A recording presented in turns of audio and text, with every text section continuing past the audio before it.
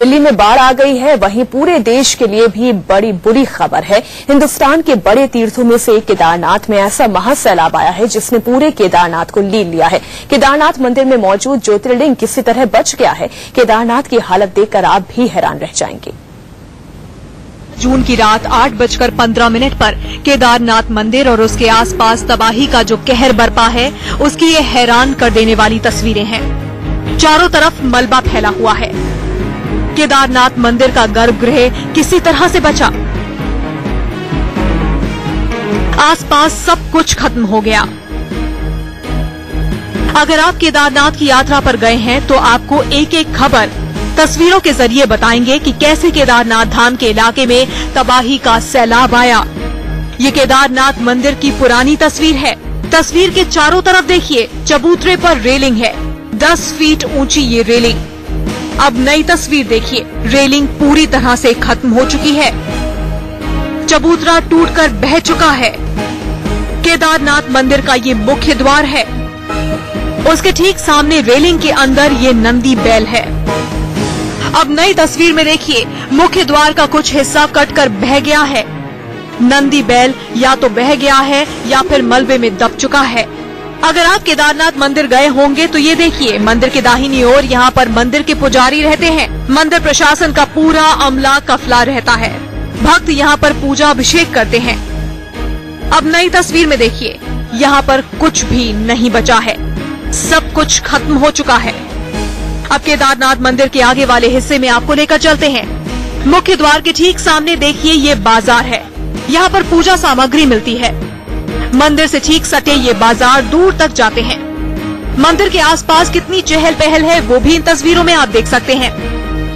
बताया जा रहा है कि हादसे से ठीक पहले यहाँ कम से कम 2500 लोग अलग अलग धर्मशालाओं में, दुकानों पर और बाजार में मौजूद थे। और जब सैलाब आया तो क्या हुआ वो देखिए। उसके बाद की तस्वीर, दूर दूर तक पूरा ये इलाका मलबे में दब गया है। सब बह गए होंगे। ऊपर से पत्थर गिर रहे हैं तो इसलिए हम जो है ऊपर नहीं गए हैं, हम वापस आ गए हैं। दुनिया चाय पी रही है तो नीचे खाई में चली गई है। और मंदिर में भी शिला भगवान ही बची है और सारा डिस्ट्रॉयड है और वो दुनिया रो रही है। अब ये देखिए, मंदिर के आसपास सटे हुए धर्मशालाएं हैं। तस्वीर में देखिए, 1, 2, 3, 4 धर्मशालाएं तो साफ साफ देखी जा सकती हैं। अब नई तस्वीर में देखिए, पास की 4 धर्मशालाएं पूरी तरह से बह गई हैं। अब जरा सोचिए, इन धर्मशालाओं में कितने लोग तबाही की रात मौजूद रहे होंगे। जब धर्मशाला ही नहीं बची तो फिर श्रद्धालुओं के जिंदा होने की कल्पना भी नहीं की जा सकती। स्थिति बहुत भयंकर है, वहाँ की बहुत नाजुक है। वहाँ की स्थिति, वहाँ जो है कहीं आने जाने का रास्ते नहीं है। किसी को राहत पहुंचाने के लिए हेलीकॉप्टर से अलावा कोई रास्ता नहीं। अब मंदिर की दाहिनी ओर के धर्मशालाओं की तस्वीर दिखाते हैं आपको। ये देखिए, 1, 2, 3, 4, 5, 6, 7, 8 आपको साफ साफ दिख रहा है। अब नई तस्वीर देखिए, ये मंदिर के पास का वो हिस्सा है जहां ये धर्मशालाएं थीं। नामो निशान खत्म हो चुका है, कुछ भी नहीं बचा है। केदारनाथ का पूरा रोड, केदारनाथ मंदिर, केदारनाथ पूरा area has become you can say like destroyed, totally destroyed. कोई मंदिर की खाली शिला बची है। मंदिर के अंदर बोलते हैं 200 लाशें पड़ी हैं, जल में 1000 लाशें पड़ी हैं। अब ये देखिए, ये गढ़वाल मंदिर का गेस्ट हाउस है, पूरी तरह से बह चुका है। ये कुंड है, मलबे में पूरी तरह तब्दील हो चुका है। केदारनाथ धाम के आसपास कितनी घनी बस्ती दिख रही है। नई तस्वीर देखिए, वीरान पड़ी है। अब आपको दिखाते हैं कि सैलाब कैसे आया। ये देखिए, केदारनाथ मंदिर की ये पुरानी तस्वीर है। पीछे की पहाड़ी पर आप जो देख रहे हैं, यहाँ से आया सैलाब। जब बादल फटे तो ये पूरा का पूरा पहाड़ टूटकर गिरने लगा। बड़े बड़े पत्थर यहाँ से टूटकर पानी के साथ बहने लगे। सब कुछ इतनी तेजी से हुआ कि लोगों को संभलने तक का मौका नहीं मिला। जो जहाँ था, जैसे था, वैसे ही तबाही के सैलाब में बह गया। ये देखिए, एक तरफ से सैलाब नहीं आया। ये जो रास्ते आप देख रहे हैं, दरअसल ये रास्ते नहीं हैं, सैलाब ने अपना रास्ता बनाया। संदीप कुमार के साथ मीरा रावत, इंडिया न्यूज, देहरादून। उत्तराखंड सरकार और सेना के सामने सबसे बड़ी चुनौती है अलग अलग इलाकों में फंसे लोगों को बाहर निकालने की। बारिश और जमीन खिसकने के बाद सड़क और पुल तबाह हो चुके हैं। हम आपको दिखाते हैं कहां कहां कितने लोग इस वक्त फंसे हुए हैं और उन्हें निकालने का काम किस तरह से चल रहा है।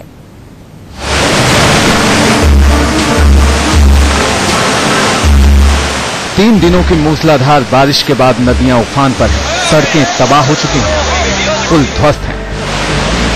60,000 से ज्यादा यात्री अलग अलग इलाकों में फंसे हुए हैं।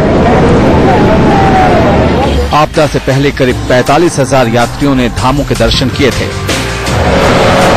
मंगलवार को एक भी गाड़ी यात्रियों को लेकर ऋषिकेश नहीं पहुंची, यानी ये लोग अलग अलग जगहों पर फंसे पड़े। सरकार की माने तो सबसे ज्यादा यानी 27,000 यात्री बद्रीनाथ और हेमकुंड साहिब के रास्ते में फंसे हैं। रुद्रप्रयाग में करीब 25,000 और उत्तरकाशी में करीब 9,000 लोग फंसे हैं।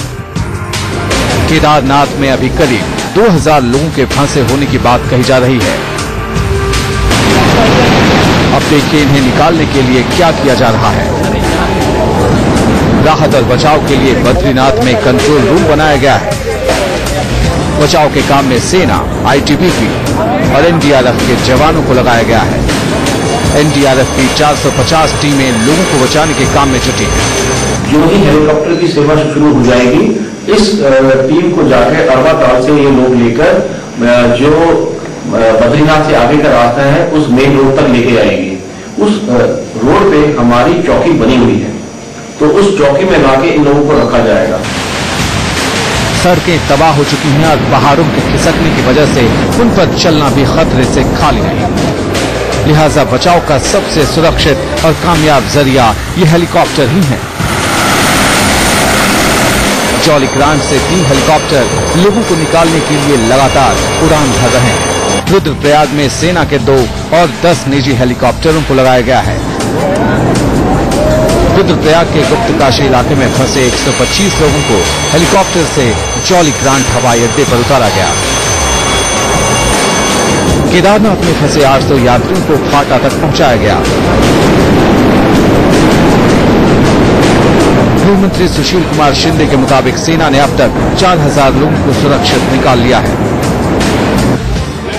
आईटीबीपी और NDRF have rescued about 4,000 persons. ITBP's 3 battalions are deployed for rescue operation. ITBP ने उत्तराखंड और हिमाचल के लिए हेल्पलाइन शुरू की है, जिसका नंबर है 011-2436-2892 और 9968383478। भारी तबाही के बावजूद गुप्तकाशी, गौरीकुंड और बद्रीनाथ में बीएसएनएल के मोबाइल काम कर रहे हैं। देवेंद्र और पूरन बिलंगवाल के साथ मीरा रावत की report, Dehradun, India news.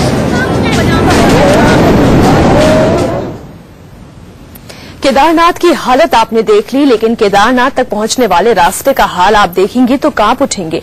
Uttarakhand के मुख्यमंत्री कह रहे हैं कि अगले 1 साल तक केदारनाथ जाना मुश्किल है। ये देखिए, ये रास्ता ऋषिकेश से केदारनाथ धाम को जोड़ता है।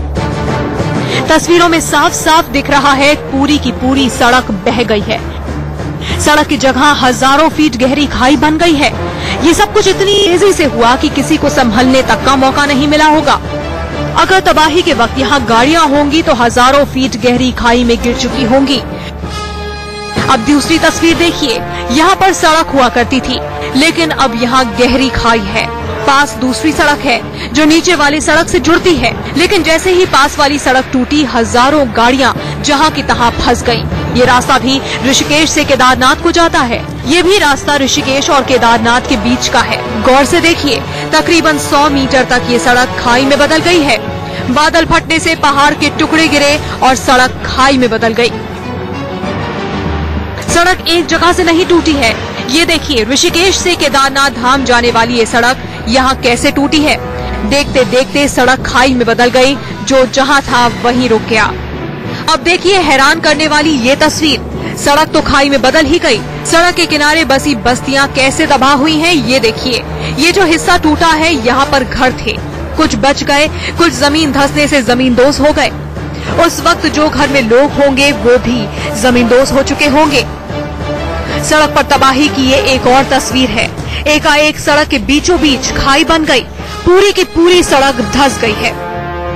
ये देखिए, सड़क का एक किनारा यहाँ पर दिख रहा है और दूसरा किनारा यहाँ है, दूसरी ओर लोग फंसे हुए हैं। सड़क के नीचे देखिए कैसे जमीन खिसकी हुई है, कहीं कहीं सड़क का ऊपरी हिस्सा किसी तरह अटका है। सड़क पर खड़ा कोई शख्स जब नीचे देखे तो उसकी रूह कांप जाएगी। अब देखिए, ये वो पुल है जो कि केदारनाथ को उत्तरकाशी से जोड़ता है। आधा पुल बह गया है। केदारनाथ धाम से 7 किलोमीटर दूर रामबाड़ा है। रामबाड़ा पूरी तरह बर्बाद हो चुका है। आपको पुरानी तस्वीर दिखाते हैं। रामबाड़ा में कम से कम 150 से 200 तक दुकानें हैं। सब कुछ खत्म हो चुका है। हवाई सर्वेक्षण में इस रामबाड़ा का नामो निशान नहीं बचा है। केदारनाथ धाम से 14 किलोमीटर दूर गौरीकुंड है। गौरीकुंड रिहायशी इलाका नहीं है, सिर्फ लोग स्नान करने के लिए यहाँ आते हैं।